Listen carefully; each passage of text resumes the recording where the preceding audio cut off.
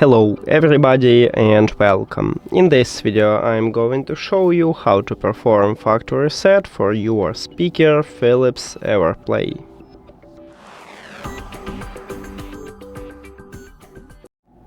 So, to perform a factory reset, you need to locate controls.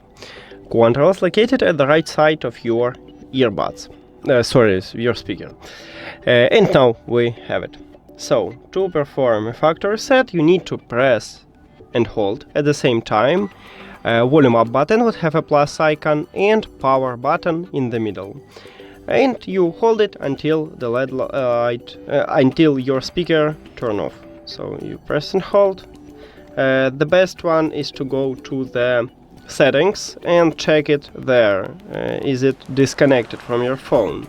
Because it turn off automatically, but then you have still connection at your Bluetooth settings. You can see it. Now let me show it again maybe. So yeah, we just perform it, and then if you tap at your speaker, you can reconnect it. So we did it, but if you want to clear Bluetooth pairing list, then you need to press and hold at the only Bluetooth button for at least 10 seconds. And just press and hold it. And now you need to hear audio prompt. Here we go, and we just did it.